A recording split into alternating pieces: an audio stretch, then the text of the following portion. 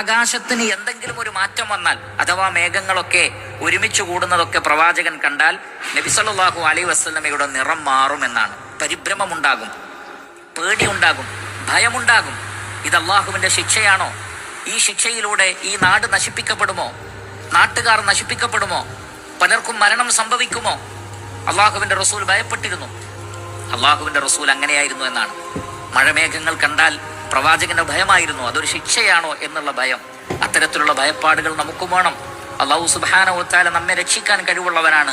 അതേപോലെ തന്നെ അള്ളാഹു സുബ്ഹാനഹു വ തആല മനുഷ്യരെ ശിക്ഷിക്കുവാനും കഴിവുള്ളവനാണ്. അതുകൊണ്ട് തന്നെ അത് ശിക്ഷയാണോ എന്ന പേടി നമുക്കുണ്ടാകണം. രക്ഷയ്ക്ക് വേണ്ടി നമ്മൾ തേടണം.